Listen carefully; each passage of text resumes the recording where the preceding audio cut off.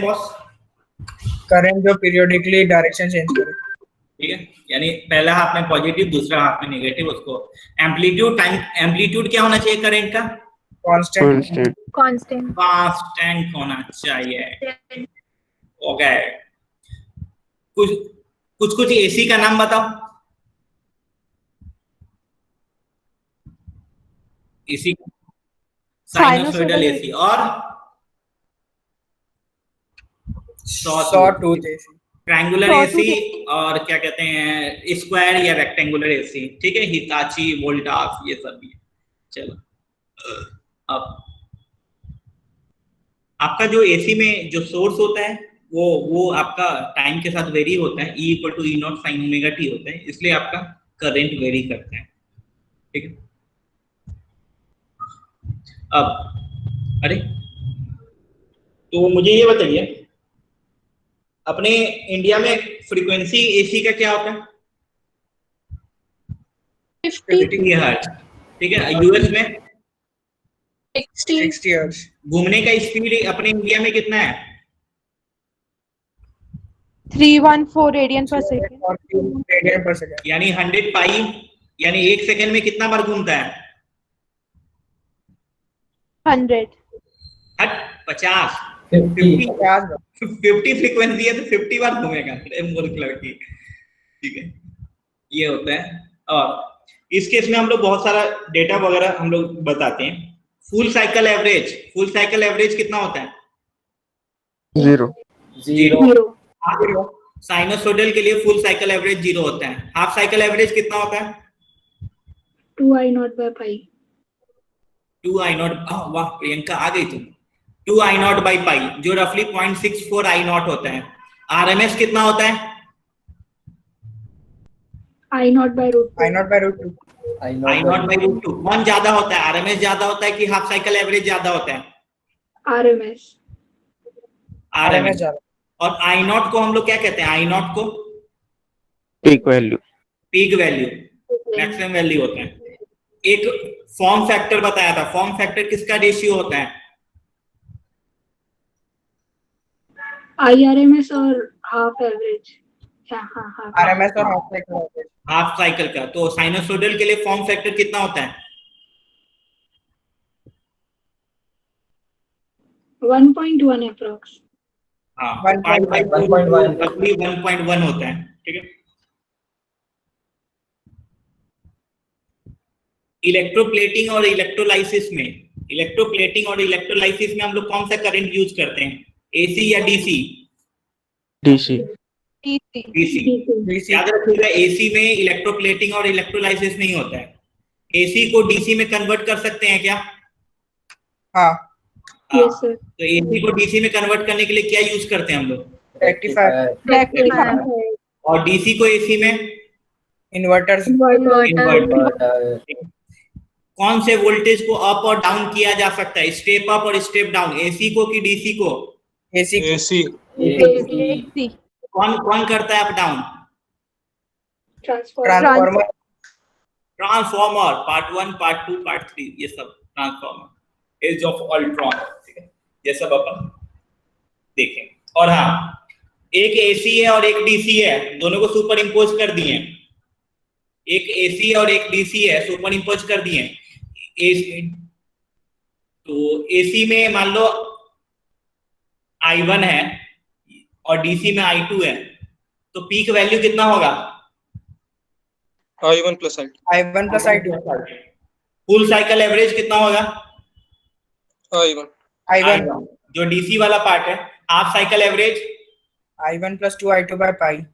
2I2। और RMS √I1² + I2² 2। हाँ, ठीक है। और अगर मान लो एक साइन थीटा है, एक कॉस थीटा है, एक ए है, एक बी है, तो पीक वैल्यू कितना हो जाएगा? √I1 + I2² 2।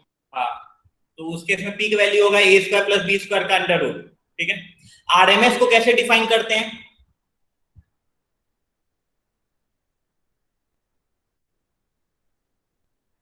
आरएमएस करंट को कैसे डिफाइन करते हैं?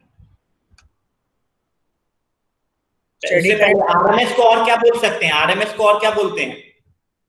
apparent, effective, अपेरेंट, इफेक्टिव और वर्चुअल, ठीक है।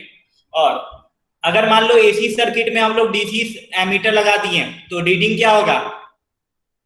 0 zero. Zero DC ammeter volt meter क्या बताता है? एवरेज रीडिंग बताता है। एवरेज रीडिंग 0 होता है, इसलिए वो रीडिंग देगा 0। तो हम लोग एसी एमीटर यूज करते हैं, वोल्ट मीटर यूज करते हैं, उसको क्या कहते हैं हम लोग?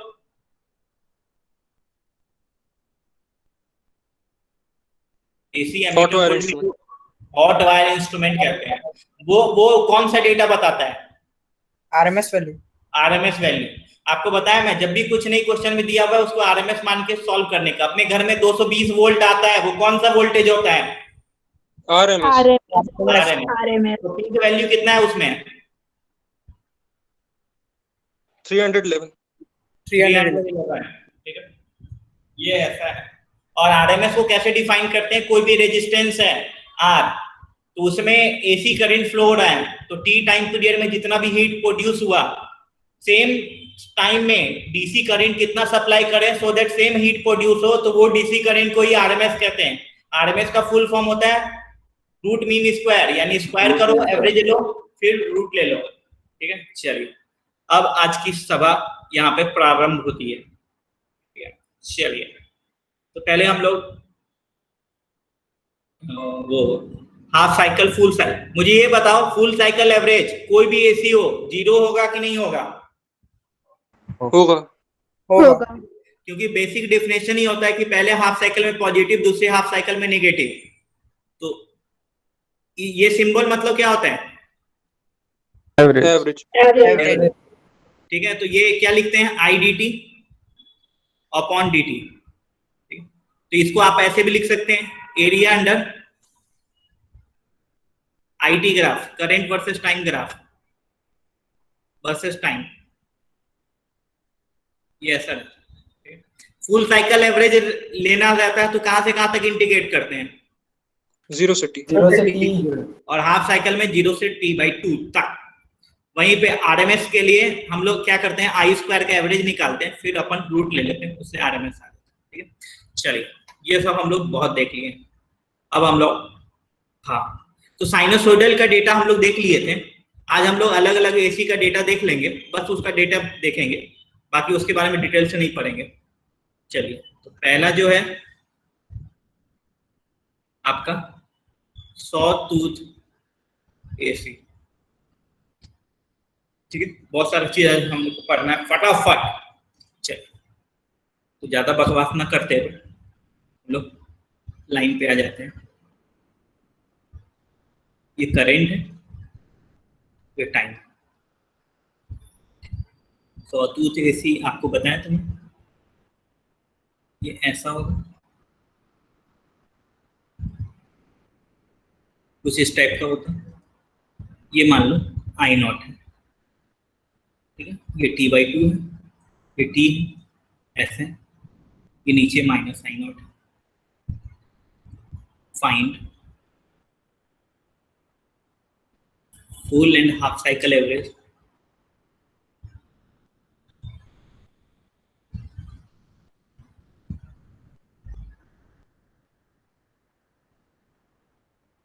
दूसरा IRMS।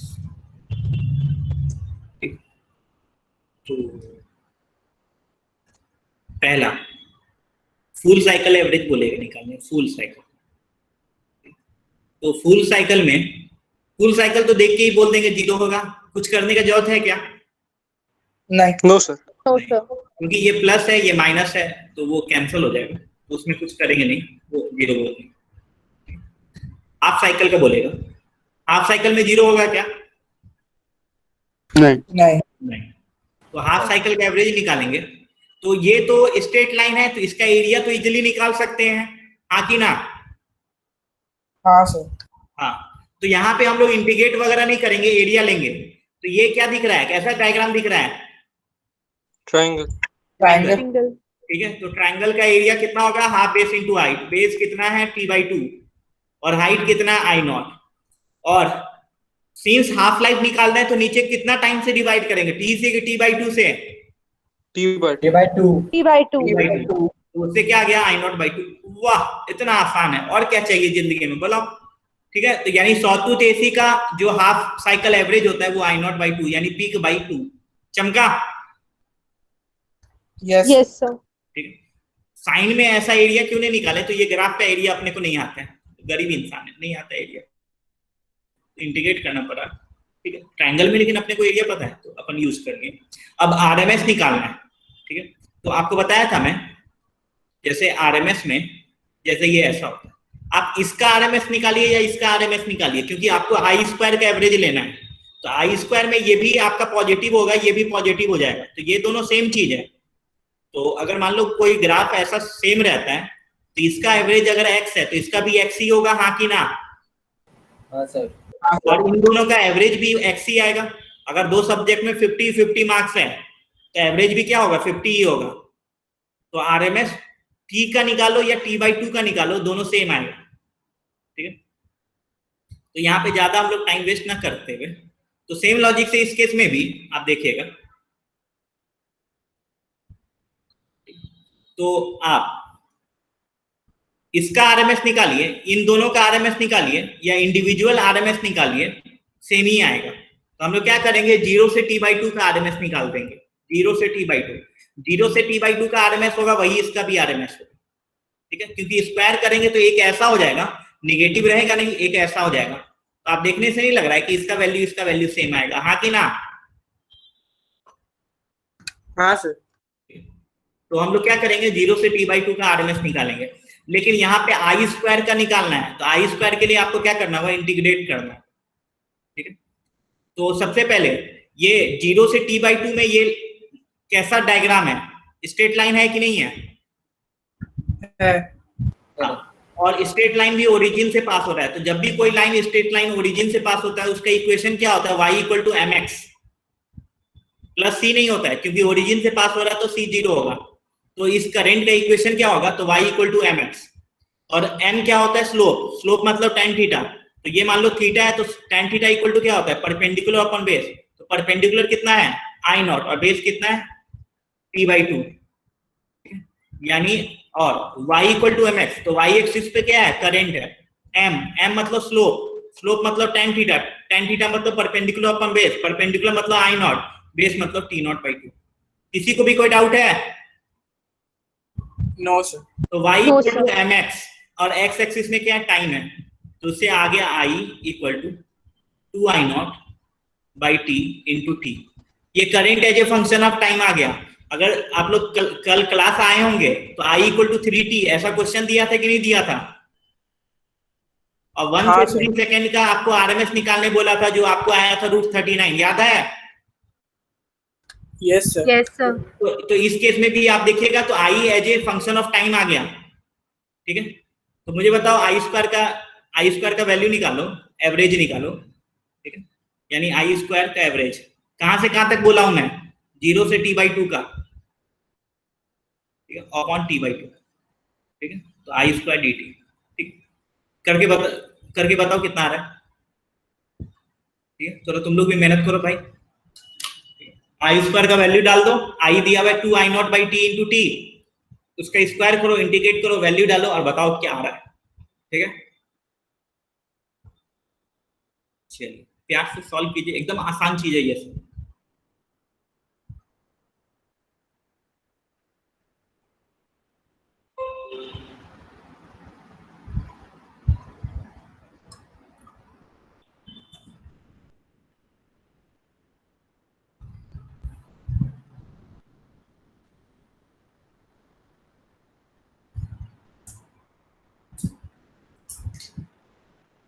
सिंपल एकदम इंटीग्रेशन है, जल्दी से आना चाहिए, कोई टाइम लैग नहीं होना चाहिए ज्यादा, फटाफट।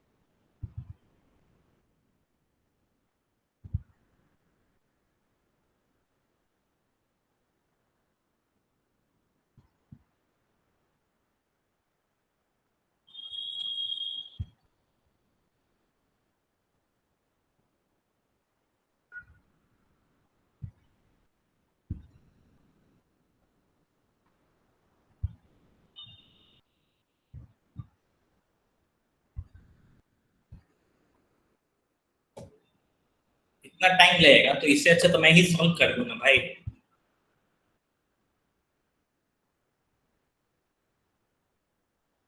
क्या है आंसर? लो नहीं यार एकदम।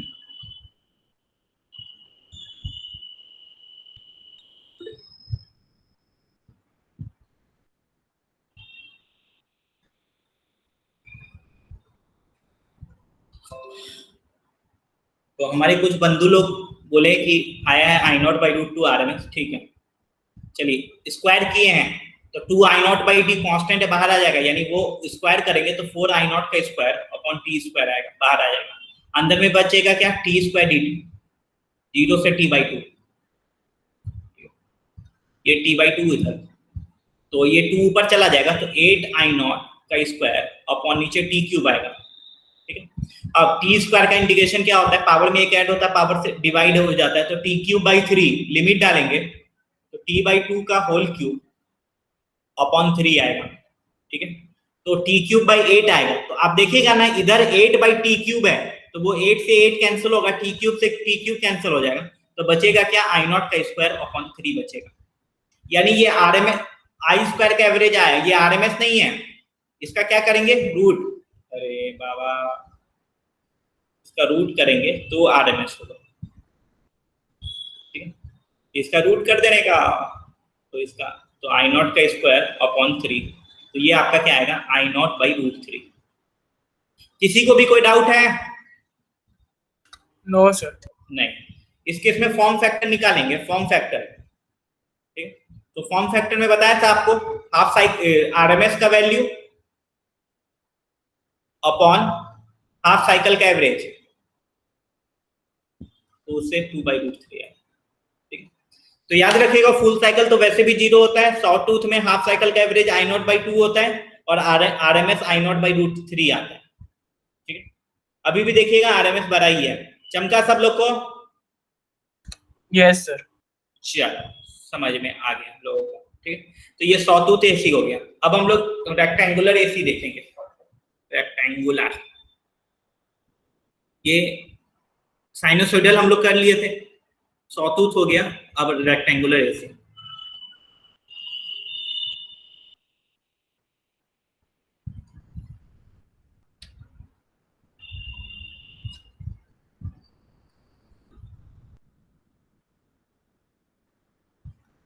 दो मिनट का टाइम दे रहा हूं, इसका आंसर बताओ क्या आएगा। 2 मिनट से ज्यादा नहीं लगना चाहिए।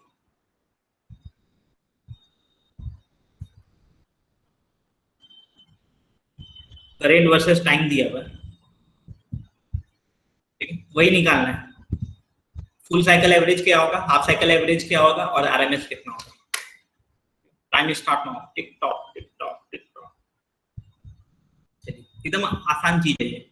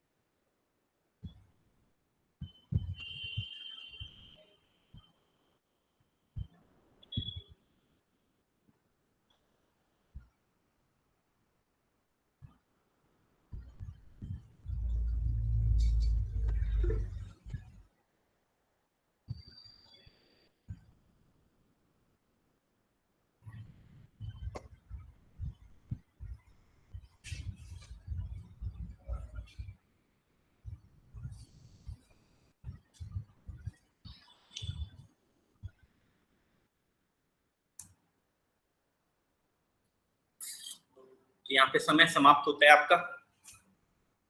फुल साइकिल एवरेज वो तो वैसे भी 0 होने का। हाफ साइकिल एवरेज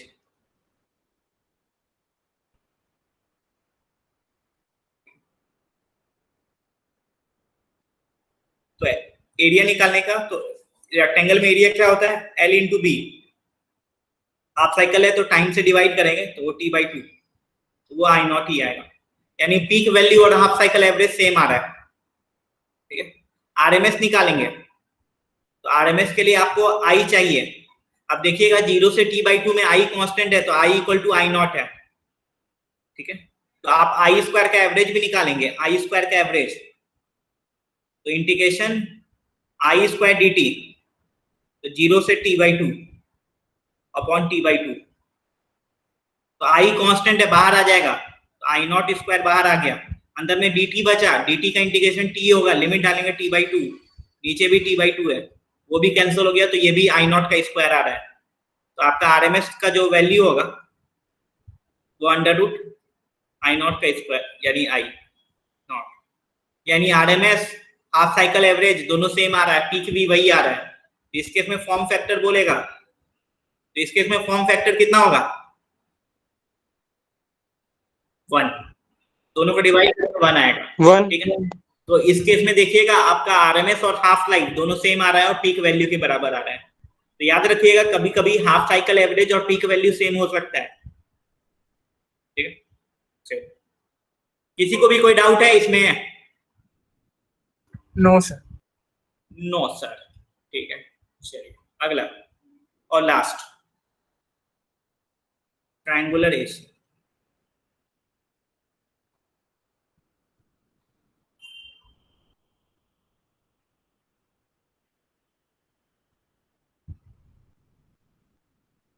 ये सब जो डेटा निकाल रहा हूं बस उसका डब्बा बना के वो रख लीजिएगा याद कि ये सब वैल्यू होता है।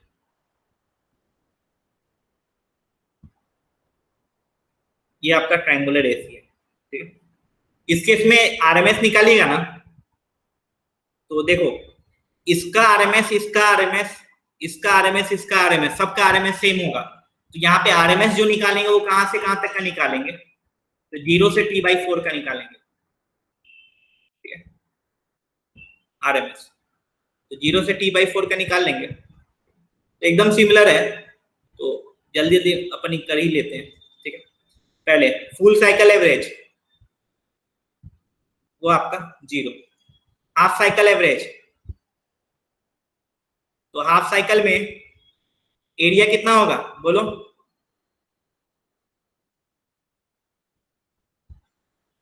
बोलना भाई। Half into T/4 into I not, T/4, T/2। अरे बाबा हाफ साइकिल का है, वो तो आरएमएस के लिए बताया। T/2 ये इसका निकालना है यहाँ से यहाँ तक का, तो हाफ बेस इंटू हाइट होता है, तो बेस आपका T/2 है और हाइट कितना है T, और डिवाइड करेंगे T/2 से, तो आप देखिएगा I नॉट बाई 2 आ रहा है। यानी सॉटूथ एसी का और ट्रायंगुलर एसी का सेम ही आ रहा है। वाह, यानी अलग फॉर्मूला याद नहीं रखना है। ठीक है, अब आरएमएस निकालना है तो पहले करंट निकाल लेते हैं। करंट इक्वल टू क्या आएगा, तो वही वैसे ही करेंगे, तो I naught by T/4 into T, Y equal to mx। ठीक है, तो यहां से करंट आ गया 4I not by T into T. ठीक है, तो आई स्क्वायर का एवरेज निकालना है, तो यहाँ पे हम लोग एवरेज जो निकालेंगे 0 से T/4 का, 0 से T/4। ठीक है, बताओ तो क्या आ रहा है वैल्यू,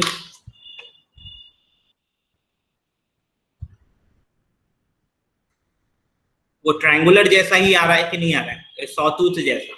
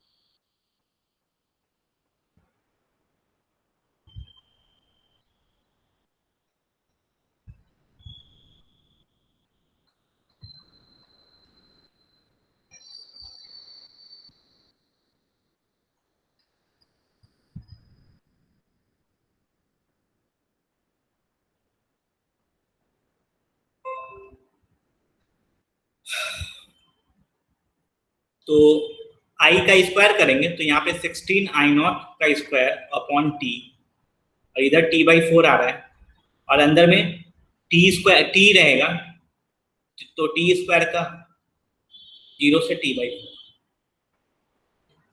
तो ये 64 आई नॉट का स्क्वायर अपॉन टी क्यूब, एक तो टी स्क्वायर का इंटीग्रेशन करेंगे तो टी क्यूब बाई 3 आएगा, लिमिट डालेंगे तो टी बाई 4 का होल क्यूब अपॉन 3, तो आप देखिएगा टी क्यूब बाई 4 का क्यूब 64 होता है, कैंसिल हो जाएगा, तो ये आई नॉट का स्क्वायर बाई 3, वाह उसके जैसा ही सेम आ रहा है। तो आरएमएस यानी स्क्वायर का एवरेज का रूट, यानी वो आपका आई नॉट बाई रूट 3 आएगा, ठीक है। यानी इस केस में भी फॉर्म फैक्टर आपका वही आएगा 2 बाई रूट 3।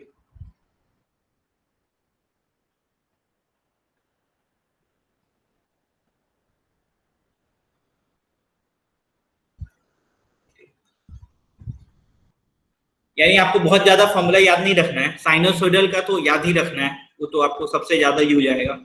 उसमें full cycle average 0, half cycle average 2 I naught by pi, और RMS I naught by root 2 होता है, ठीक है।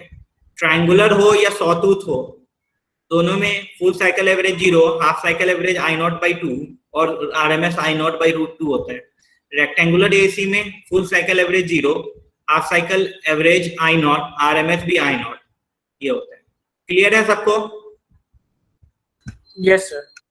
ठीक है, तो यहाँ पे ये वाला पार्ट हम लोग बोलते हैं ओवर। अब हम लोग जो इसका मेन पार्ट है, जो एसी का बेसिक है, वो हम लोग का स्टार्ट होगा। तो वो सब अपन टाइम पास का, वो अपन टाइम पास कर लेंगे। अब लोग एसी का जो बेसिक चीज है वो अब लोग देखेंगे।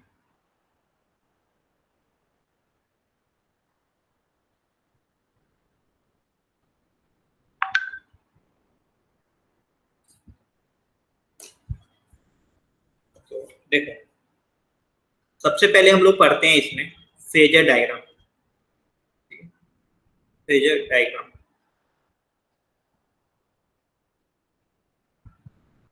आप लोग में से कुछ लोग को पहले से आता होगा, कुछ लोगों को मैंने पहले बताया है। तो फेजर डायग्राम इसमें इंपॉर्टेंट होता है, ठीक है। तो ये इसमें बहुत ज्यादा जटिल ऐसा कोई डायग्राम नहीं होता है, ठीक है।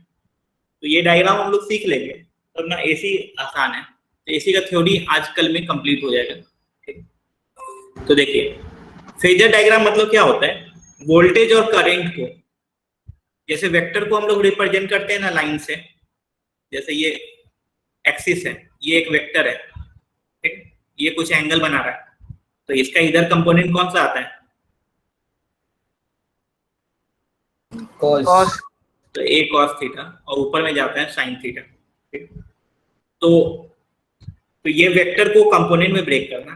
उसी तरह एसी वाले टॉपिक में ना हम लोग वोल्टेज और करंट को वेक्टर की तरह ट्रीट करते हैं, यानी उसको भी हम लोग ऐसे, ये करंट है, ये वोल्टेज है, करंट इधर है, या करंट इधर है, या करंट उसी डायरेक्शन में हो सकता है, तो उस तरह, यानी यहाँ पे वेक्टर का यूज करते हैं, कंपोनेंट वगैरह लेते हैं, ठीक है। तो वेक्टर रिप्रेजेंटेशन ऑफ करंट और voltage on 2D plane, 2D plane X और वाई मतलब 2D प्लेन, उसी को हम लोग कहते हैं फेजर डायग्राम, ठीक है। फेजर डायग्राम मतलब वोल्टेज और करंट को आपको 2D पे वेक्टर की तरह रिप्रेजेंट करना, उसको कहते हैं फेजर डायग्राम, ठीक है।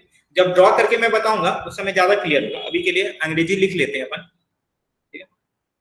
वेक्टर रिप्रेजेंटेशन, और याद रखिएगा ये एसी चैप्टर है ना, 12th का one of the easy chapter माना जाता है। आप बुक से पढ़िएगा ना तो उतना ज्यादा लगेगा कि सबसे ज्यादा टफ चैप्टर है, लेकिन है जटिल नहीं, ठीक है। तो vector representation of current and voltage in circuit at any point of time in 2D plane is known as phasor diagram.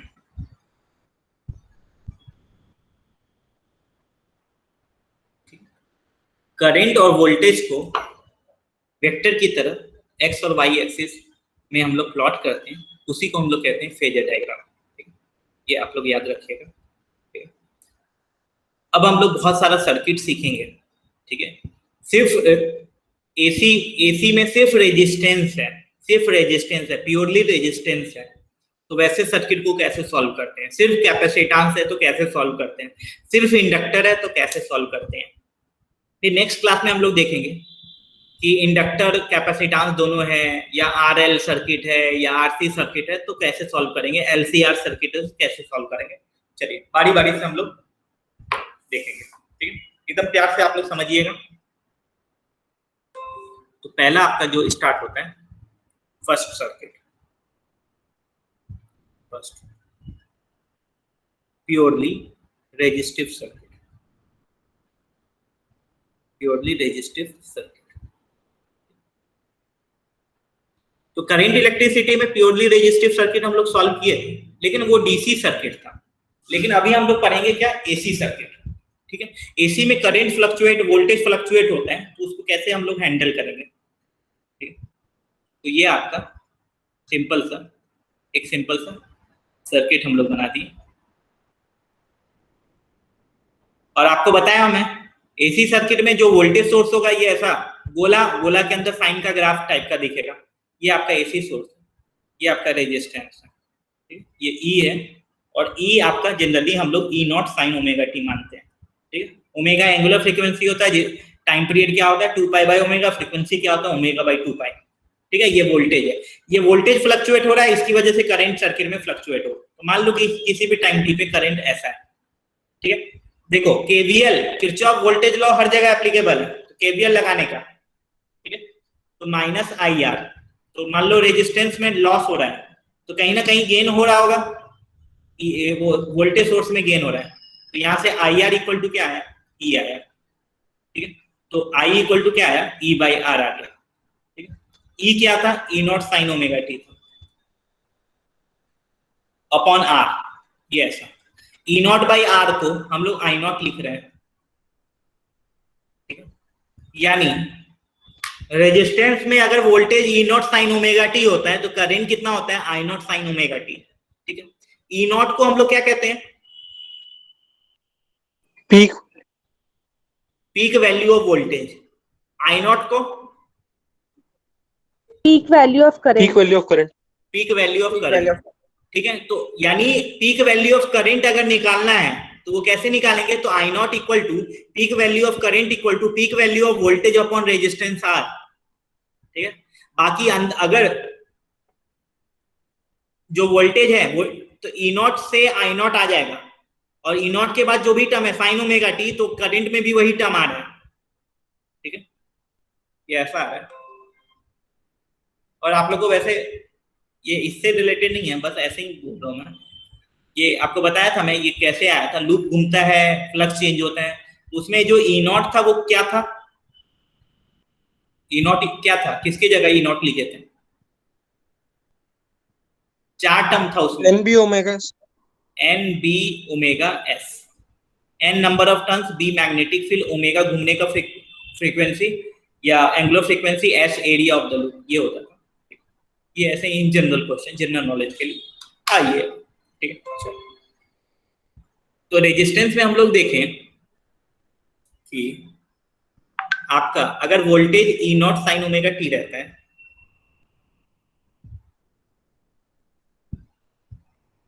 तो करंट क्या आया, आई नॉट साइन ओमेगा टी, ठीक है।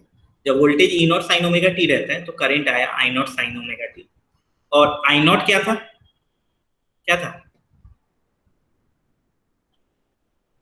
आई नॉट क्या था, कैसे निकालेंगे I naught, E naught by R, E naught by R, ठीक है। आई नॉट क्या था, ई नॉट बाई आर, ठीक है। अब देखो ये इक्वेशन में मान लो, ठीक है, मान लो ओमेगा टी को 0, मान लो ओमेगा टी को 0, तो ओमेगा टी 0 डालेंगे तो साइन 0 0 होगा, यानी वोल्टेज कितना आ रहा है? 0 आ रहा है कि नहीं आ रहा है? हाँ सर। 0 आ रहा है। उस केस में करेंट कितना होगा? 0 0। 0 अगर ओमेगा टी को पाई बाई 2 डालो यानी 90, तो उस केस में वोल्टेज कितना आएगा? E naught E naught. E not. Current कितना आएगा? I naught I. I know. यानी हम लोग देख रहे हैं जब वोल्टेज 0 है उस समय करंट 0 है, जब वोल्टेज मैक्सिमम है जब उस समय करंट मैक्सिमम है, यानी दोनों साथ साथ चल रहा है कि नहीं चल रहा है? जिस समय करंट वोल्टेज मिनिमम होगा यानी माइनस ई नॉट, उस समय करंट मिनिमम होगा। यानी समझो दो आदमी हैं, ये जब ये 0 होता है तो उस समय ये 0 होता है, जब ये मैक्सिमम होता है उस समय ये मैक्सिमम होता है, यानी इसके अकॉर्डिंग ये चल रहा है, यानी दोनों साथ साथ चल रहा है। तो हम लोग जब भी ऐसा केस रहता है उसको कहते हैं they are in same phase, they are in same phase. कोई लीड और लैग नहीं होता है, कोई आगे पीछे नहीं है। जब वोल्टेज मैक्सिमम है उस समय करंट मैक्सिमम है, जब वोल्टेज 0 है उस समय करंट 0 है, यानी दोनों साथ में। ऐसे भी समझ सकते हो, जैसे साइन के अंदर में जो टर्म रहता है इसको कहते हैं फेज, साइन के अंदर में जो टर्म रहता है उसको कहते हैं फेज। तो वोल्टेज में जो फेज है वो कितना है? Omega T. करंट में भी फेज कितना है? Omega T. Omega T. तो दोनों का फेज सेम है कि नहीं है? सेम है। तो they are in same phase. तो जब भी सेम फेज होता है ना तो कोई लीड और लैग नहीं होता है। लीड और लैग मतलब, लीड और लैग कब होता है? जैसे मान लो कि आपका ई नॉट आ रहा है, ई मैक्सिमम आ रहा है लेकिन आई 0 आ रहा है, यानी जब वोल्टेज मैक्सिमम है उस समय करंट मैक्सिमम है क्या? नहीं, उस समय 0 है। यानी जब वोल्टेज मैक्सिमम है यानी ऊपर है उस समय करंट 0 है, यानी इस केस में दोनों साथ में नहीं चल रहा है। इस केस में कौन आगे है? voltage वोल्टेज आगे है। ठीक है, वहीं पे अगर मान लो ऐसा रहता कि करंट 0 रहता और E equal to minus E naught रहता, तो इस केस में भी दोनों साथ में है क्या? नहीं। No, sir. नहीं। जब करंट 0 है उस समय वोल्टेज 0 नहीं है, न ज्यादा है कम है, यानी इस केस में कौन आगे है? Current. Correct. आगे कहने का मतलब उसको कहते हैं लीड। याद रखना ये सब में कीवर्ड लीड, यानी करंट वोल्टेज को लीड करेगा, करंट वोल्टेज को लीड करेगा, यानी अगर वोल्टेज इधर है तो करंट आगे रहेगा। ठीक है, या ऐसा कह सकते हैं वोल्टेज लैग होगा। ठीक है, वोल्टेज पीछे है यानी वोल्टेज लैग होगा। लेकिन रेजिस्टेंस में वैसा कुछ बात नहीं होता है, रेजिस्टेंस में दोनों सेम फेज में होता है। तो रेजिस्टेंस में कोई लीड या लैग होता है क्या? नहीं। No, sir. नहीं। पहले इसका ग्राफ ड्रॉ करने का,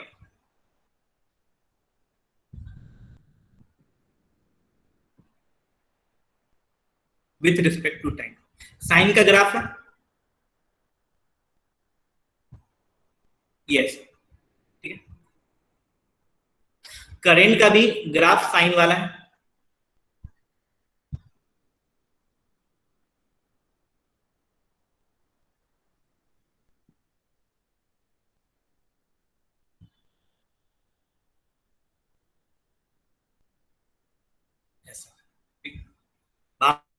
भावना को समझिएगा, सब स्केलिंग सेम है। यस, ये करंट का मैक्सिमम वैल्यू, सॉरी वोल्टेज का मैक्सिमम वैल्यू ई नॉट है, ये करंट का मैक्सिमम वैल्यू आई नॉट है। ठीक, ये आपका वोल्टेज वर्सेस टाइम का ग्राफ है, ये आपका करंट वर्सेस टाइम का ग्राफ है। इसको फेजर डायग्राम कहेंगे क्या? ये फेजर डायग्राम है? नहीं। नहीं, ये नॉर्मल साइन कॉस का ग्राफ है, वो है। ठीक है, आई नॉट को नीचे क्यों बनाया है आप लोग पूछ सकते हैं, या तो नीचे बनाएंगे या ऊपर बनाएंगे, या देखो वो रेजिस्टेंस डिसाइड करेगा। मान लो रेजिस्टेंस 1 से ज्यादा है, मान लो 2 ओम है, मान लो रेजिस्टेंस 2 ओम है, तो आई नॉट कितना आएगा? ई नॉट बाई 2 आएगा कि नहीं आएगा? आएगा। ठीक है, यानी ई नॉट से आई नॉट क्या होगा? छोटा होगा, हाँ कि ना? हाँ सर। अगर आई तो इसलिए हम लोग नीचे बनाए। मैं ऐसा जूम कर रहा हूं कि रेजिस्टेंस 1 ओम से ज्यादा है। अगर रेजिस्टेंस को मान लो 1 ओम रखते हो तो आई नॉट और ई नॉट क्या हो जाएगा? सेम। Same same. तो उसके में दोनों ग्राफ सेम हो जाएगा। ठीक है, वहीं पे अगर रेजिस्टेंस मान लो 0.5 ओम है, उस केस में आई नॉट कितना होगा 2 ई नॉट। उस केस में आपका जो आई का ग्राफ बनेगा वो ऊपर से बनेगा, ये ऐसा, ठीक है, उससे कोई फर्क नहीं पड़ेगा। ठीक है, यहाँ पे मैं तो ये जो ग्राफ पार्टिकुलर ग्राफ बनाया है उसमें रेजिस्टेंस क्या है, 1 से ज्यादा, 1 से कम या 1? 1 से ज्यादा। 1 से ज्यादा। ठीक है, तो ये रेजिस्टेंस 1 से ज्यादा के लिए बनाया हूं। ठीक, चलो ये हो गया। अब इसका फेजर डायग्राम ड्रॉ करूंगा मैं, phasor.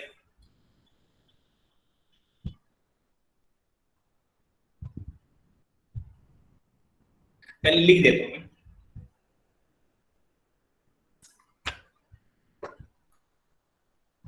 The current in the circuit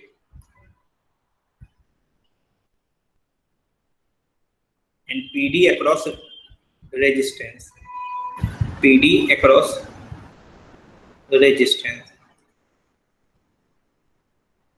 are in phase,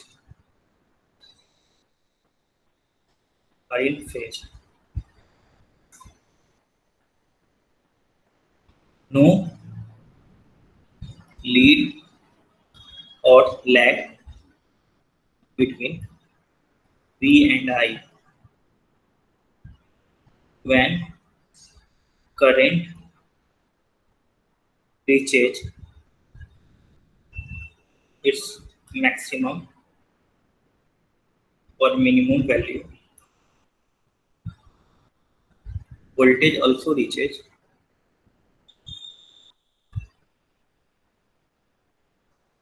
its maximum or minimum value. Yes. तो याद रखिएगा, रेजिस्टेंस में करंट और वोल्टेज सेम फेज में होता है, कोई लीड लैग नहीं होता, यानी फेज डिफरेंस क्या होगा, 0 होगा।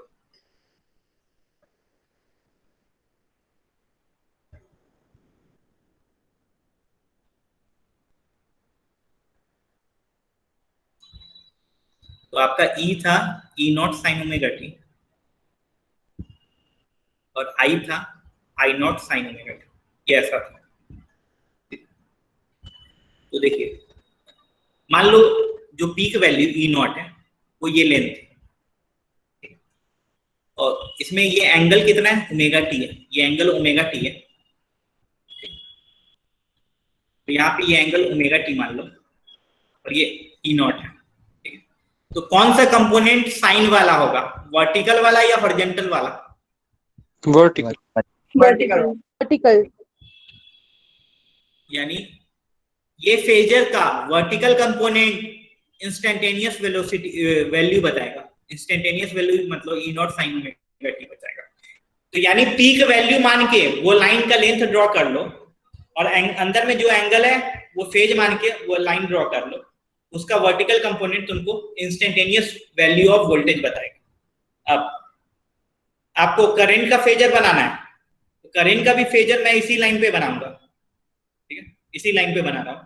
क्यों बना रहा हूं इसी लाइन पे? R is equals to 1। नहीं रे, फेज से एंगल सेम है, इसके लिए भी ओमेगा टी। इस ये लाइन अलग होना मतलब क्या चेंज होना, लेंथ चेंज होना कि एंगल चेंज होना?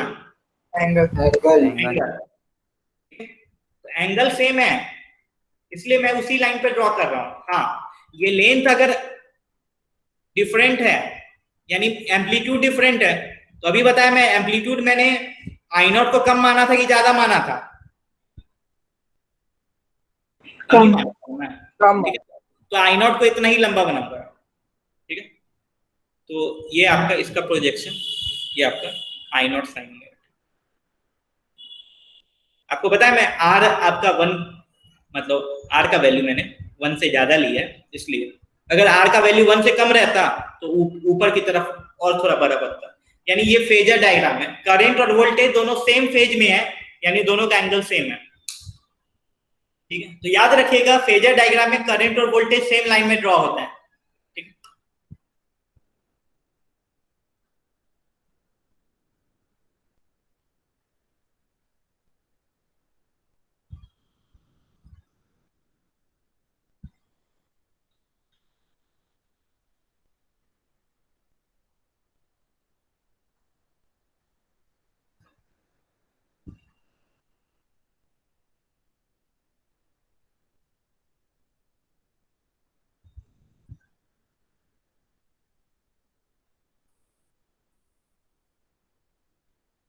इस चीज को कहते हैं phasor diagram. Purely resistive circuit में फेजर डायग्राम ऐसा दिखता है। चलिए एक एग्जांपल मैं करके बताता हूँ कि इस टाइप में कैसे क्वेश्चन आएगा, कैसे सॉल्व करना है। एकदम आसान चीज है।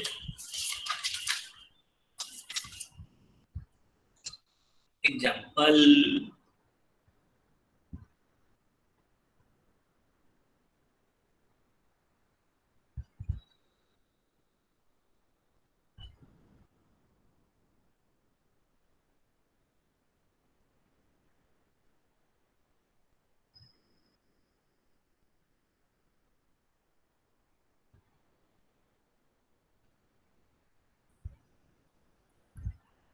ऐसा बोला है, ठीक है।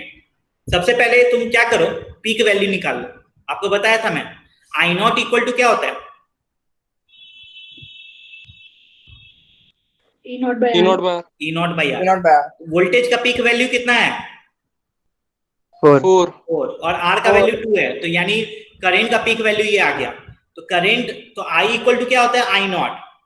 अब आपको बताया मैं, रेजिस्टेंस में करंट और वोल्टेज दोनों का फेज क्या होता है,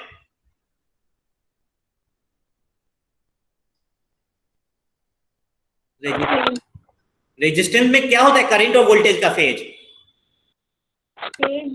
सेम। तो सेम होता है, तो यानी जो जैसा वोल्टेज है वैसा ही करंट होगा। तो ये आपका करंट है। तो current as a function of time आ गया, यानी उसमें सिर्फ पीक वैल्यू चेंज होगा। और पीक वैल्यू क्या होता है, ई नॉट बाई आर होता है। तो वोल्टेज में पीक वैल्यू 4 है, तो ई नॉट 4 है और आर का वैल्यू 2 है, तो उससे करंट आ गया। बाकी सब सेम रहेगा। किसी को भी कोई डाउट है? No. नहीं। चलिए, तो जो वोल्टेज का फेज था वही करंट का फेज है। साइन का जो टर्म था वैसा ही करेंगे, एकदम सेम। चलिए, ये प्योरली रेजिस्टिव सर्किट हो गया। Second, purely capacitive circuit.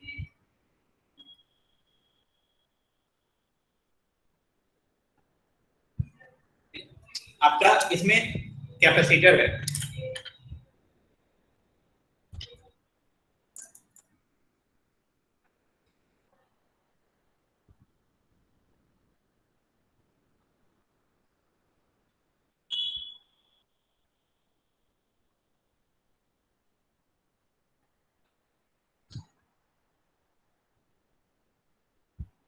कैसा कैपेसिटर है, और तुम ऑल्टरनेटिंग सोर्स लगा दिया, E equal to E naught sine omega T. Capacitance C है, तो वोल्टेज चेंज हो रहा है तो चार्ज चेंज होगा। तो किसी भी टाइम टी पे मान लो चार्ज कैपेसिटर पे Q है, ठीक है। चलो केवीएल लगाओ, तो minus Q by C plus E equal to 0। तो यहां से क्या हो गया, Q इक्वल टू सी, और E क्या होता है, E क्या है, E naught sine omega T है। यानी चार्ज क्या आ गया, सी ई नॉट साइन ओमेगा टी आ गया। अपने को करंट चाहिए आई, ठीक है। याद रखना एसी में हम लोग करंट और वोल्टेज के बाद में डील करते हैं, तो D Q by D T, ठीक है। तो सीई कांस्टेंट है, बाहर आ जाएगा, तो D sine omega T by D T. Sine का डिफरेंशिएशन क्या होता है, कॉस। अंदर में टी अकेला नहीं है, टी में क्या मल्टीप्लाइड है, ओमेगा, वो ओमेगा बाहर आ जाएगा। तो T naught omega C cos omega T, ठीक है। तो आपका आई जो आ रहा है, आई, ठीक है, आई जो आ रहा है वो ई नॉट ओमेगा सी आ रहा है। ओमेगा सी को हम लोग ऐसे भी लिख सकते हैं कि नहीं लिख सकते हैं,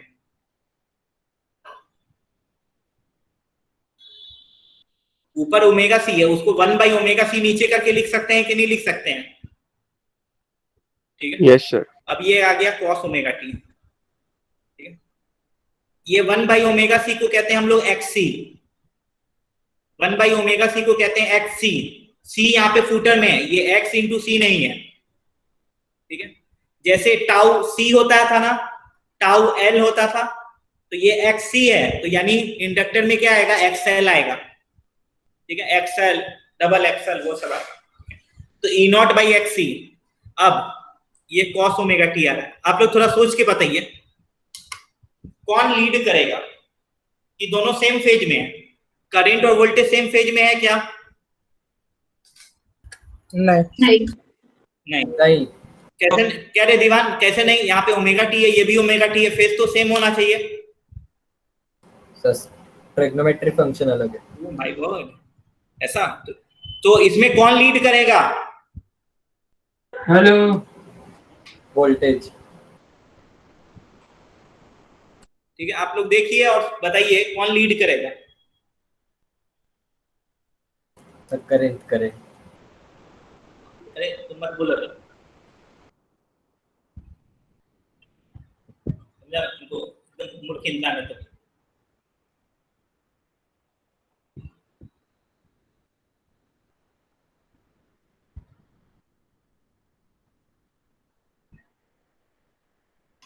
तो आप देखिएगा, आपको पहले भी बताया मैं, जब भी साइन और कॉस रहे तो उन दोनों के बीच का फेज डिफरेंस कितना होता है? 90। 90। और ओमेगा टी को जीरो डालिएगा, ओमेगा टी को जीरो डालेगा तो साइन जीरो जीरो आता है, तो वोल्टेज आ रहा है जीरो। लेकिन वहीं पे ओमेगा टी को जीरो डालेंगे तो कॉस जीरो वन होता है, तो आई इक्वल टू क्या आ रहा है? मैक्सिमम आ रहा है। यानी जब करेंट वोल्टेज जीरो है तो करंट मैक्सिमम है। तो इस केस में कौन आगे है, करंट की वोल्टेज? करंट। करंट। करंट। यानी करंट लीड करेगा कि लैग होगा? लीड करेगा। लीड करेगा, यानी वोल्टेज लैग होगा। और वो जो लीड करेगा कितना एंगल से लीड करेगा? 90 डिग्री। अब इसको हम लोग ई नॉट बाई एक्सी को हम लोग कहते हैं आई नॉट। जैसे आप लोग को याद होगा रेजिस्टेंस के केस में ई नॉट बाई नीचे क्या आया था? ई नॉट बाई क्या आया था? आर था ना। उसी तरह यहाँ पे ई नॉट बाई एक्सी है, इसको हम लोग आई नॉट कहते हैं। ठीक है, अब कॉस ओमेगा टी है, तो कॉस को साइन के टर्म में लिखेंगे तब कंपेयर करते हैं। तो देखो sine 90 minus theta, omega T को थीटा मान लो, साइन 90 माइनस थीटा और साइन 90 प्लस थीटा। ठीक है, दोनों कॉस होता है, लेकिन हम लोग ये नहीं लेते हैं। क्यों नहीं लेते हैं? तो याद रखिएगा, ये ओमेगा टी प्लस में है तो ये भी ओमेगा टी प्लस में होना चाहिए, तभी कंपेयर कर सकते हैं। अदरवाइज हम लोग को समझ में नहीं आएगा कौन आगे है कौन पीछे है। लेकिन इस केस में देखिएगा ओमेगा टी क्या है? प्लस में है, इसलिए हम लोग सेकेंड वाला यूज करते हैं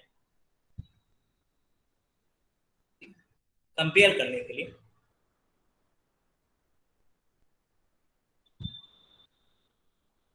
तो आई को क्या लिखेंगे?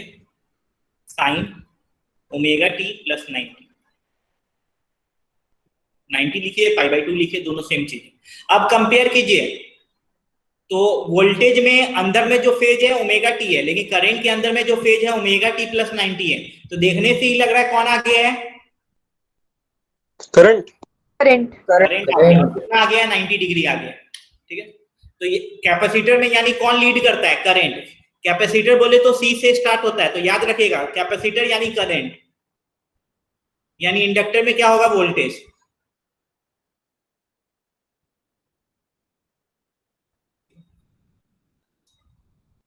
तो आपका जो ई था वो E naught sine omega T था। तो आपका जो आई आ रहा है, I not cos omega T आ रहा था, जिसको आपने साइन ओमेगा टी प्लस 90 लिखा है।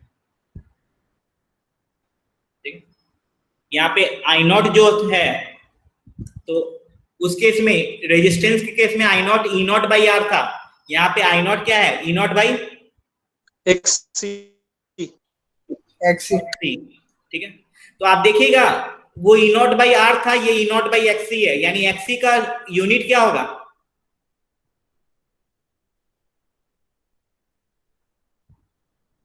बोलना मेरे भाई।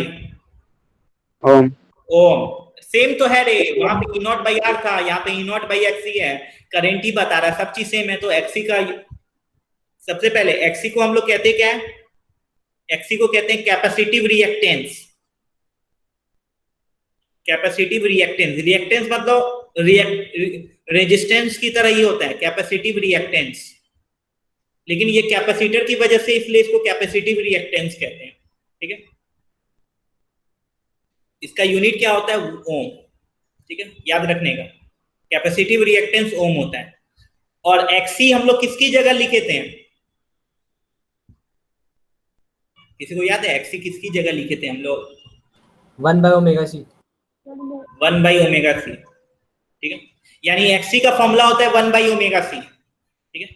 ओमेगा को आप फ्रीक्वेंसी के टर्म में भी लिख सकते हैं, क्योंकि omega by 2 pi equal to होता है फ्रीक्वेंसी, तो omega equal to 2 pi F होगा, ठीक है।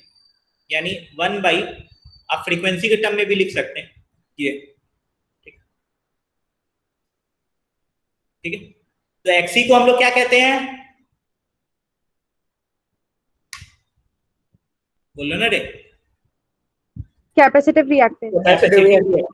जिसका फॉर्मूला क्या होता है? XC equal to 1/ωc। 1/ωc। XC और ओमेगा में क्या रिलेशन है? इनवर्सली। इनवर्सली। यानी फ्रीक्वेंसी बढ़ाएंगे तो एक्सी क्या होगा? कम होगा, कम। ठीक है। और पीक वैल्यू करंट, तो जैसे I naught E naught by R होता है, यहाँ पे आई नॉट क्या होता है?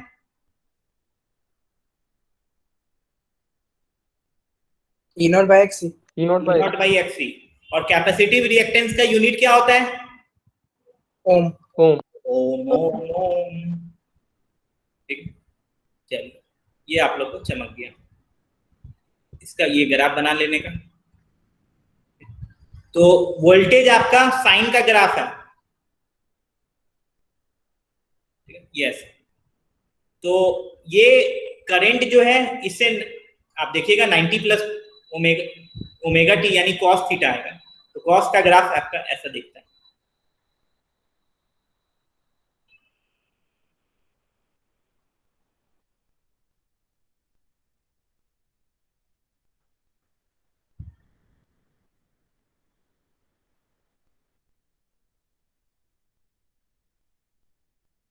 कुछ इस टाइप का।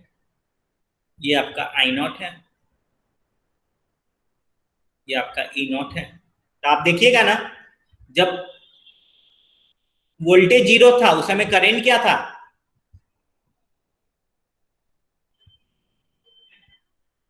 वोल्टेज 0 था तो करंट क्या था? मैक्सिमम।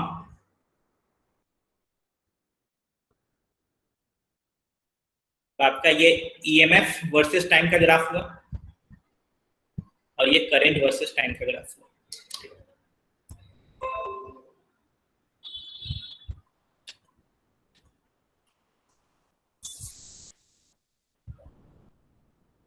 ठीक है। तो इस केस में हम लोग कहें करंट और वोल्टेज को सेम फेज में कहेंगे क्या? No sir. नहीं। The current in circuit and potential difference across capacitor are not in phase.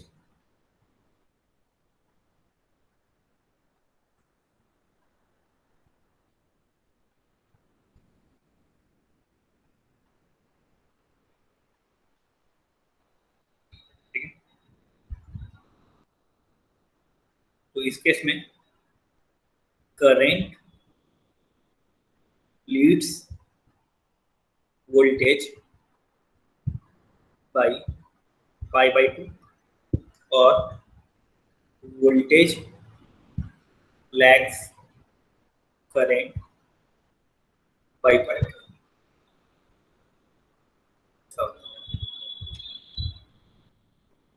दोनों फेज में नहीं होता। चलो, इसका फेजर आप बनाएंगे।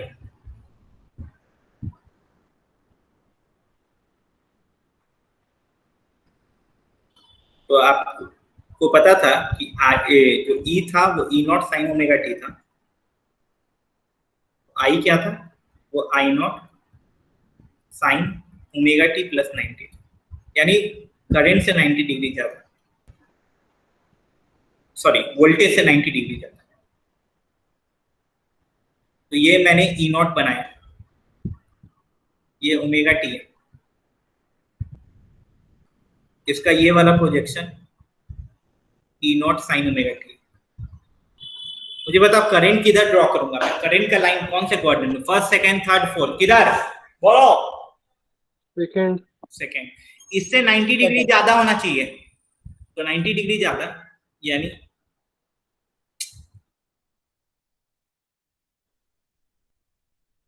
ये करंट होगा, ये आई नॉट, और ये जो एंगल होगा वो 90 डिग्री।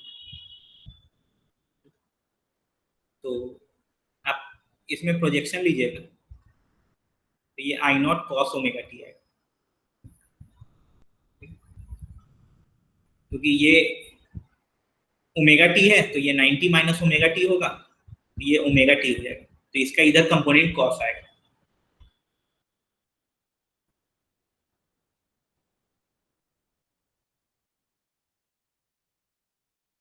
तो ये फेजर हुआ प्योरली कैपेसिटिव सर्किट का।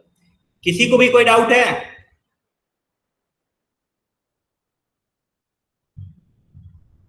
नहीं। अब क्या बोल रहा था मैं? हाँ, तो आप देखिएगा, तो XC आपको पता है 1/ωc है, यानी XC inversely proportional to omega. तो और इसको कहते हैं, इसको डिफाइन कैसे करते हैं? इफेक्टिव रेजिस्टेंस, XC मतलब कैपेसिटिव रिएक्टेंस, जिसको कहते हैं इफेक्टिव रेजिस्टेंस। ये भी एक तरह का रेजिस्टेंस है, effective resistance offered by capacitor, offered by capacitor, effective resistance offered by capacitor. ठीक है, तो आपका तो more will be frequency,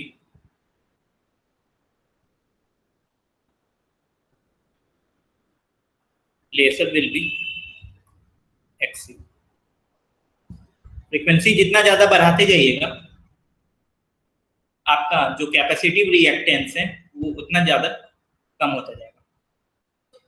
DC circuit में, फॉर डीसी सर्किट में करंट फ्लक्चुएट होता है क्या? नहीं। No, sir. करंट फ्लक्चुएट नहीं होता है, तो डीसी सर्किट में फ्रीक्वेंसी क्या होता है? 0। करंट फ्लक्चुएट ही नहीं होता है, ओमेगा फ्रीक्वेंसी की बात करता है। तो फॉर डीसी सर्किट आपका फ्रीक्वेंसी या ओमेगा 0 होता है। तो अगर ओमेगा 0 हो गया या फ्रीक्वेंसी 0 हो गया तो XC कितना आएगा?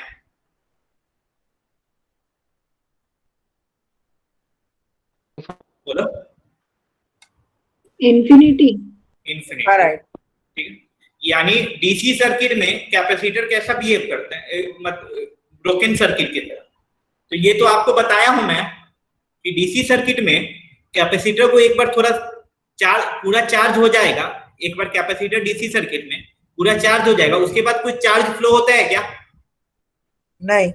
नहीं, नहीं, चार्ज फ्लो होना बंद हो गया, यानी ये ब्रोकन सर्किट की तरह बिहेव करता है कि नहीं करता है?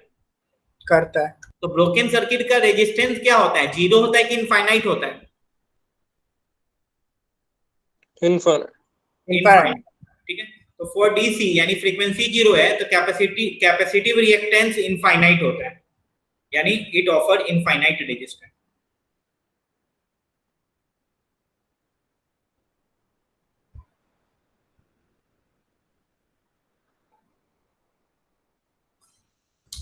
चलिए, ये आप लोग समझ में आ गया। तो अभी कैपेसिटर में हम लोग क्या देखें कि आपका जैसे रजिस्टर में E0/R होता है पीक वैल्यू करंट का, इसमें होता है E0/XC होता है। XC क्या होता है? 1/ωc होता है। ठीक है, और इस केस में करंट और वोल्टेज सेम फेज में नहीं होता है, करंट लीड करता है कितना? 90 डिग्री से। इसका एक एग्जांपल देखेंगे।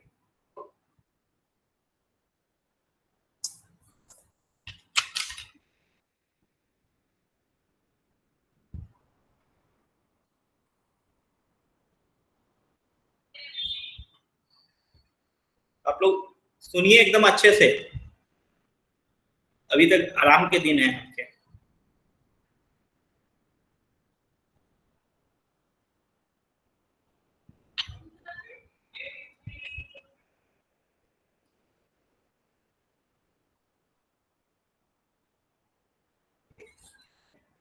देखो, ये एक एग्जांपल है, इसमें बोला है ये ऑल्टरनेटिंग करंट सर्किट है जिसमें कैपेसिटर 50 माइक्रोफैरेड है और वोल्टेज जो लगाए हुए है, वोल्टेज का पीक वैल्यू इसमें कितना है?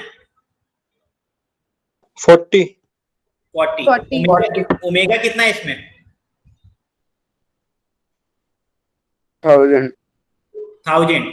Sign omega T plus theta होता है, तो टाइम का कोफिशिएंट ही ओमेगा होता है, तो यहाँ पे ओमेगा दिया हुआ है 1000। एक्सी निकालना है, एक्सी का फॉर्मूला क्या होता है? 1 by upon omega omega c. 1 by omega C. तो 1 बाई ओमेगा, ओमेगा 1000 है, सी 50 है, और ये लेकिन माइक्रोफेरेड है तो -6 है, माइक्रोफेरेड ऊपर चला जाएगा, तो वैसे भी ऊपर मत जाओ, तो ये 4 जीरो इससे क्या कैंसिल हो जाएगा, तो ऊपर 100 बचेगा, ये 5 बचेगा, इससे 20 आ रहा है, तो ये 20 क्या क्या लिखेंगे, 20 क्या क्या यूनिट? ohm. ओम। ओम ओम ओम। तो ये एक्सी आ गया। तो peak value of current I naught क्या होगा फॉर्मूला उसका? I naught sine omega T plus 90। क्या बोलती है रे तुम, हट। E I by naught E by xc. R कौन बोलता है रे? चलो इतना मारेगा ना रे। आर कहां दिख रहा है तुमको? एक्सी, ठीक है, कैपेसिटर एक्सी होगा, ई नॉट बाई एक्सी, तो ई नॉट है 40 और एक्सी 20 है, यानी पीक वैल्यू ऑफ करंट क्या है, 2 एम्पियर आ रहा है। तो एक बार पीक वैल्यू ऑफ करंट आ गया, अब करंट का इक्वेशन लिखेंगे, तो I equal to I naught, और कौन लीड करता है करंट की वोल्टेज? Current. Current. यानी जो भी वोल्टेज का फेज होगा उससे 90 ज्यादा होना चाहिए, तो साइन ओमेगा टी, ये अभी वोल्टेज का फेज लिखे हैं, तो प्लस 90 लिखेंगे कि माइनस 90 लिखेंगे? Plus 90. प्लस 90। चमका आप लोग को? Yes, sir. तो ये आपका करंट हो गया, सबको क्लियर है? देखिए कैपेसिटिव सर्किट है, तो आपका करंट लीड करता है, ठीक है, तो आई लीड्स V बाई 90, तो फेज में 90 डिग्री ऐड कर दें, उससे हो गया। चलो ये आपको चमक गया, तो ये हो गया आपका कैपेसिटिव हो गया। अब inductive, third purely inductive circuit.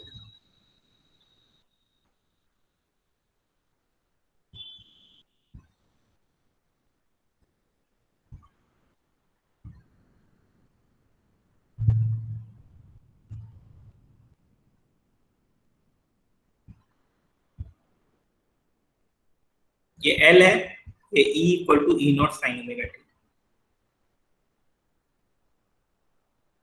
ये आपका आई, मान लो सर्किट में करंट किसी भी टाइम पे आई।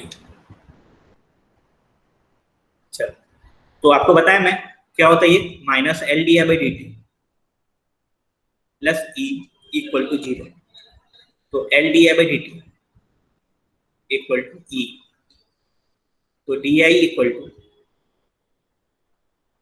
L D by D T, E क्या था, E naught sine omega T, तो इधर टी का टर्म है, इधर टी का टर्म है, तो डी आई इक्वल टू क्या आ गया, E naught by L sine omega T D T. Yes, अब इसको इंटीग्रेट करेंगे, ठीक है, जब भी सिंगल डी है तो यानी उसका मतलब क्या है, आपको इंटीग्रेशन करना है,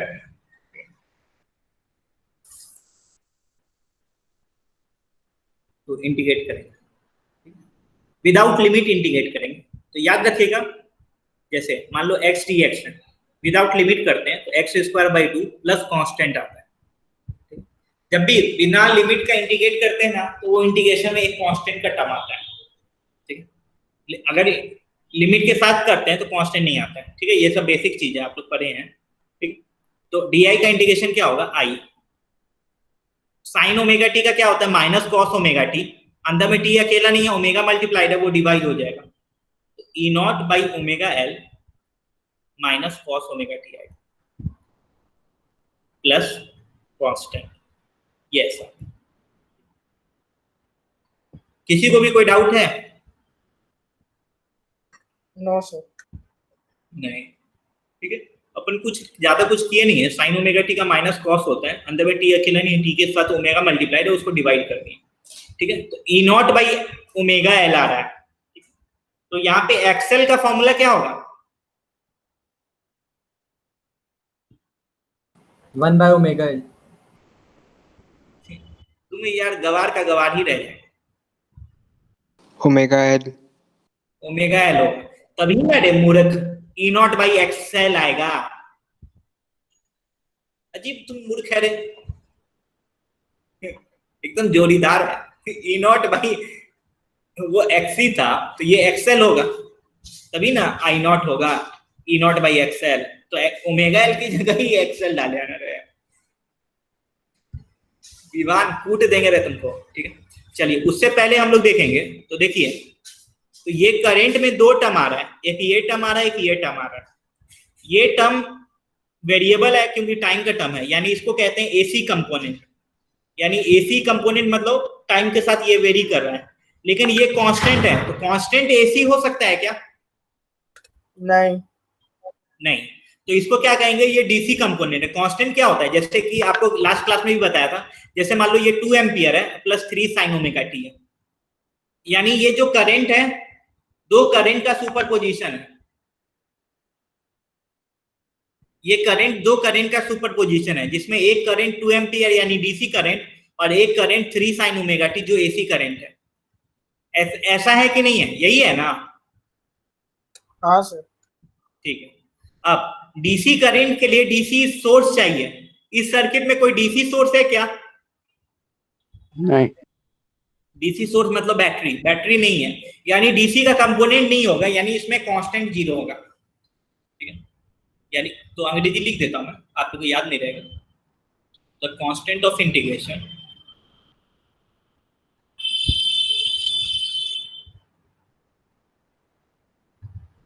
represent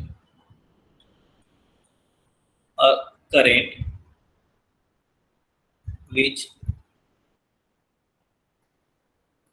does not depend on time, means it is DC current, it is DC which cannot be possible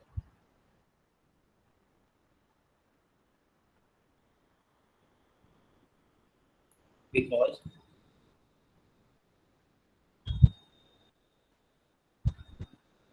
no DC source is available।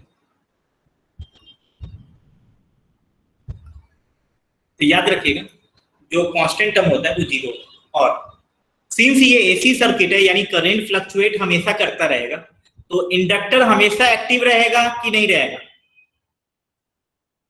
रहेगा। हाँ सर। आप लोग को बताया मैं, इंडक्टर एक्टिव तभी होता है जब करंट चेंज होता है, एसी में तो हमेशा ही करंट चेंज होता है, इसलिए इंडक्टर हमेशा एक्टिव रहेगा, ठीक है। तो आप इस सर्किट में देखें तो आपका जो आ रहा है करंट, तो I इक्वल टू आया I not sorry E not by omega L minus cos omega T है, ऐसा। कांस्टेंट पार्ट तो 0 हो गया, ठीक। अब और आप तो इसको I equal to I naught, और यहाँ पे जैसे E था E naught sine omega T, तो ओमेगा टी को 0 डालेंगे तो E क्या आएगा, 0 आएगा। लेकिन ओमेगा टी को करंट वाले में 0 डालेंगे तो I क्या आएगा, मैक्सिमम की मिनिमम? मिनिमम। ओमेगा टी को 0 डालेगा तो माइनस में आएगा, यानी कौन आगे है? वोल्टेज। वोल्टेज। ठीक है, आपका वोल्टेज आगे है। तो इंडक्टर में वोल्टेज आगे होता है, अब सब में करंट थोड़ी आगे होगा।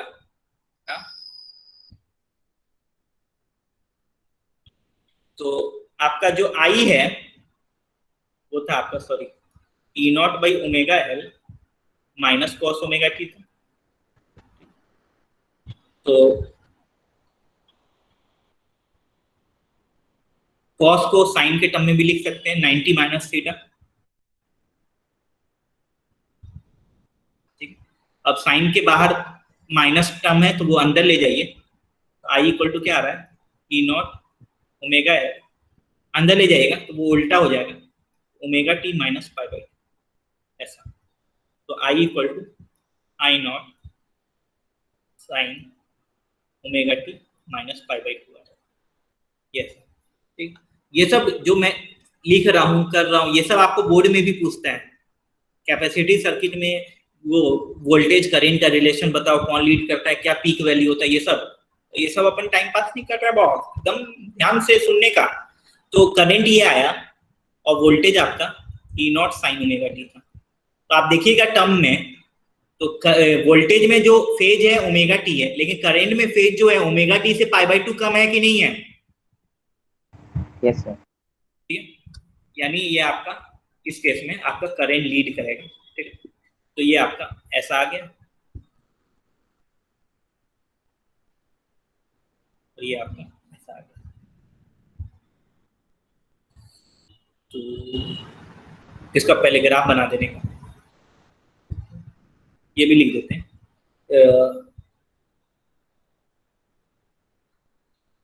आई नॉट जो था E naught by omega L था, जिसको आप ई नॉट बाई एक्सएल भी कह सकते हैं।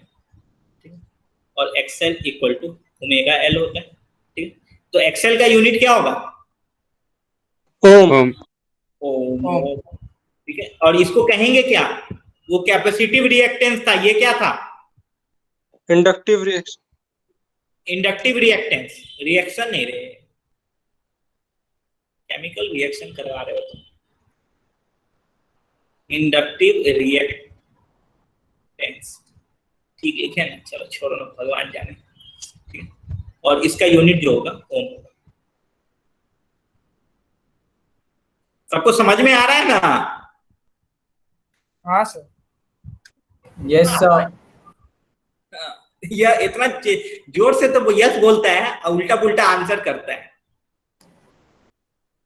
हो जाता है सर। हाँ नहीं हो जाता है, मैं कहाँ करूं। ठीक है, तो ये आपका वोल्टेज है ई नॉट। तो करंट का ग्राफ कहां से कैसा बनेगा?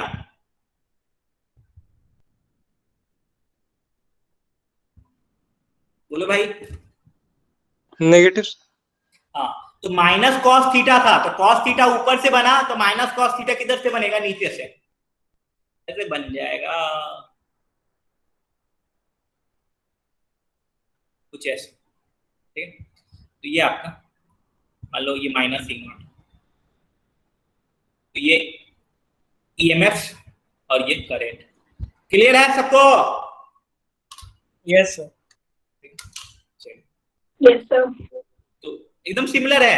वहां पे 90 डिग्री ज्यादा था करंट वोल्टेज से, यहाँ पे 90 डिग्री कम होगा। वहां पे ई नॉट बाई एक्सी था, यहाँ पे ई नॉट बाई एक्सएल होगा। वहां पे एक्सी 1 बाई ओमेगा सी था, यहाँ पे एक्सी एक्सएल जो होगा ओमेगा एल होगा। वहां पे एक्सी और ओमेगा में इनवर्स रिलेशन था, यहाँ पे डायरेक्ट रिलेशन है, लेकिन दोनों ओम ही है। ठीक है, चलिए तो इसका फेजर बनाएंगे। इस केस में current and voltage are not in same phase. Current and voltage are not in same phase.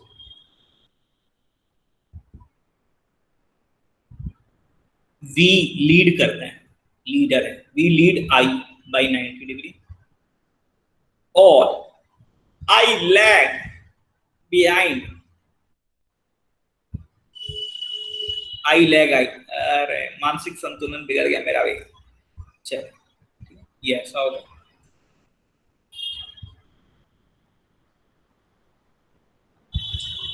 तो इस केस में फेजर बनाएंगे।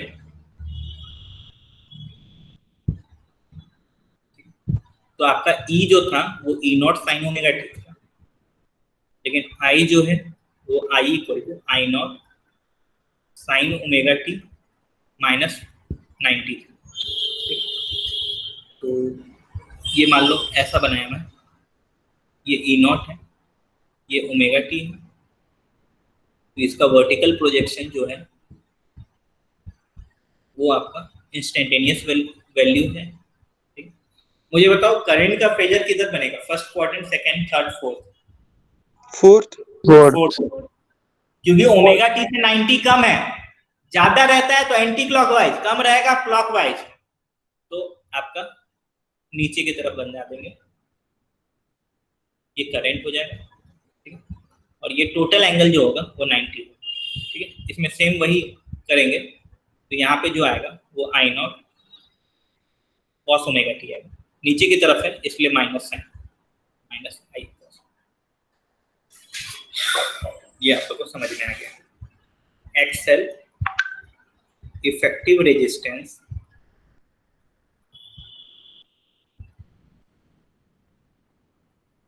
offered by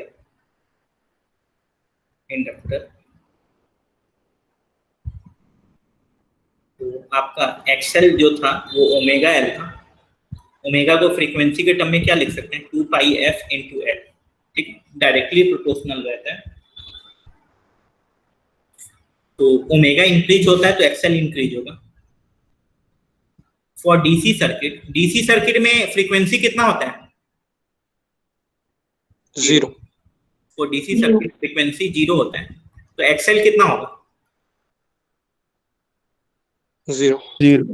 तो आप लोगों को बताया था मैं, डीसी सर्किट में एक बार करंट स्टेब्लिश हो जाता है, एक बार करंट कांस्टेंट हो जाता है, डीसी सर्किट एक करंट कांस्टेंट है, तो डीआई बाई डी टी 0 होगा, तो L DI by D T 0 होगा, तो इंडक्टर कैसा बिहेव करता है,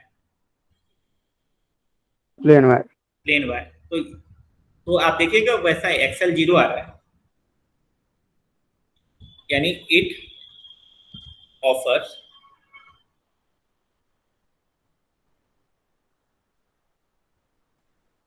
जीरो रेजिस्टेंस,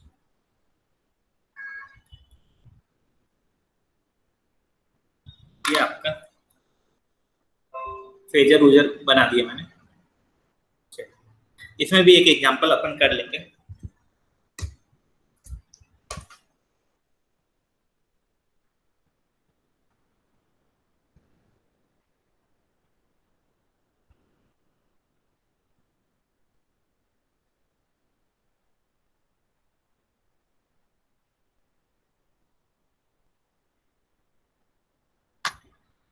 तो ये सब जो चीज पढ़ा रहा हूं मैं, ठीक है, नेक्स्ट क्लास में एकदम ये सब चीज याद रहना चाहिए, अपना नाम याद ना रहे, ये सब चीज याद रखिएगा, ये सब फिर गलत नहीं होना चाहिए। और ये सब सर ऐसा कैसे हो गया, ये सब तो पूछिएगा भी मत, कूट देंगे नहीं तो।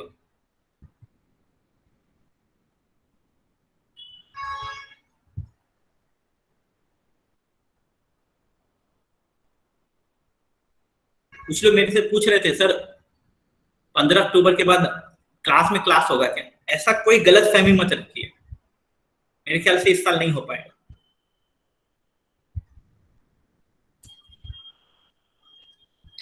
ऐसा आप सोचिएगा कि 10 लोग को यहाँ पढ़ाऊं मैं, 10 लोग को ऑनलाइन पढ़ाऊं और 10 लोग को उसके घर जाके पढ़ाऊंगा, ये तो कभी पॉसिबल होगा नहीं, तो इसलिए गलत गलत भावनाएं ना पाले।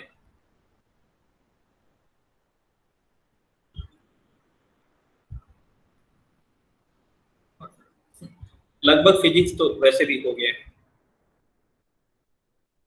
ये आसान सा पार्ट बाकी है, जो मेन चीज अभी बाकी है बस वो रे ऑप्टिक्स बाकी है।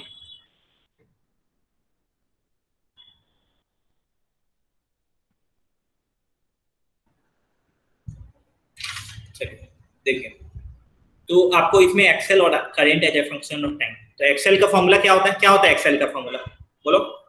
Omega L. Omega 1 by omega L, तो बोलो यार, ओमेगा ओमेगा इसमें कितना है, 2000. 2000, और एल कितना दिया हुआ है, 3 मिलियन.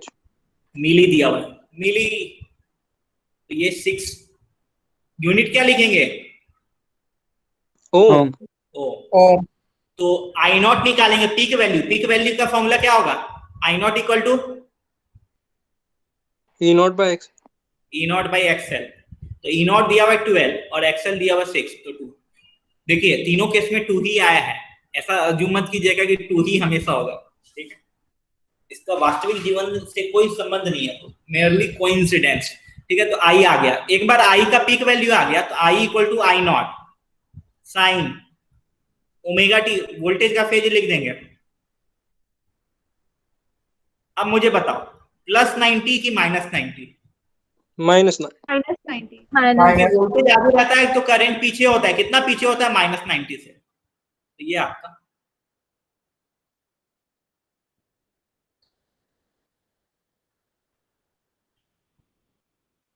सबको समझ में आया, सर। जबरदस्त समझाता हूँ, समझ में नहीं आएगा, चलिए ठीक है। अब एक बार सब चीज को एक साथ लिख देते हैं, फिर एक ग्राफ भी बना के बताऊंगा मैं आपको।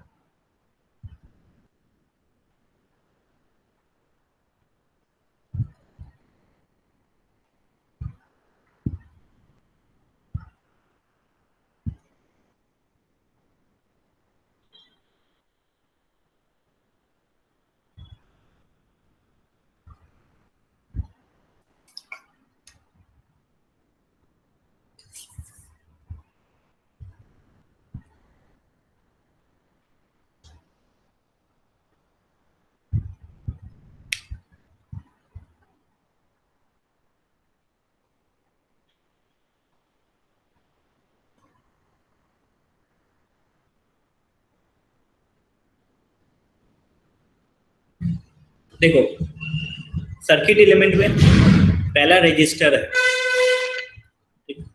तो रजिस्टर में एम्पलीट्यूड रिलेशन क्या होता है? ई नॉट इक्वल टू क्या लिखेंगे?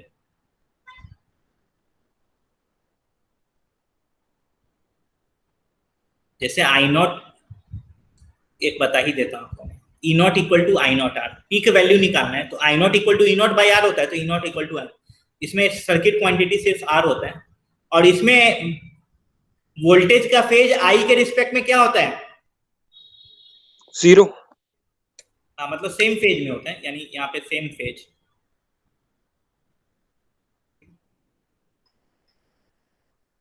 दूसरा कैपेसिटर, तो कैपेसिटर में एम्पलीट्यूड रिलेशन क्या होता है? ई नॉट इक्वल टू क्या लिखेंगे? बोलो ना भाई। I not XC। I naught XC. तो यहाँ पे सर्किट एलिमेंट जो है वो एक्सी है, और एक्सी का फॉर्मूला क्या होता है? 1 बाई ओमेगा सी, जिसको आप 1 बाई 2 पाई एफ सी लिख सकते हैं। यहाँ पे phase of V with respect to I, lag की lead, lag by 90 degree. Inductor,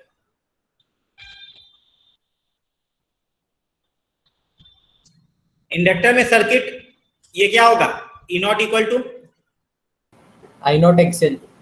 अरे जागा भाई, और XL equal to omega L। Omega L, यानी 2 पाई एफ एल। और यहाँ पे लीड होगा कि लैग होगा? लीड। अब एक लैग है तो दूसरा लीड ही होगा ना। अरे चलो ये आप लोगों को समझ में आ गया। चलो एक ग्राफ भी हम लोग देख लेंगे। आज आप लोग को जल्दी छुट्टी कर दूंगा, आप लोग चिल कीजिएगा, फिर अपन नेक्स्ट क्लास में करेंगे। पिछले क्लास में बीच में हैंगिंग हो जाता है, कभी कभी कुछ भी हो जाता है यार। पिछले क्लास में कब हुआ था? सैटरडे को मेरे क्वेश्चन नहीं है, no question.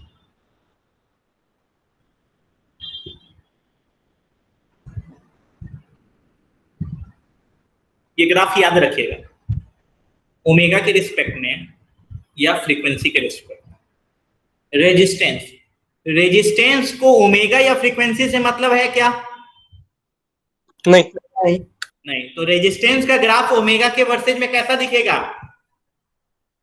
Constant. Straight line. Straight line. ये रेजिस्टेंस का ग्राफ हुआ।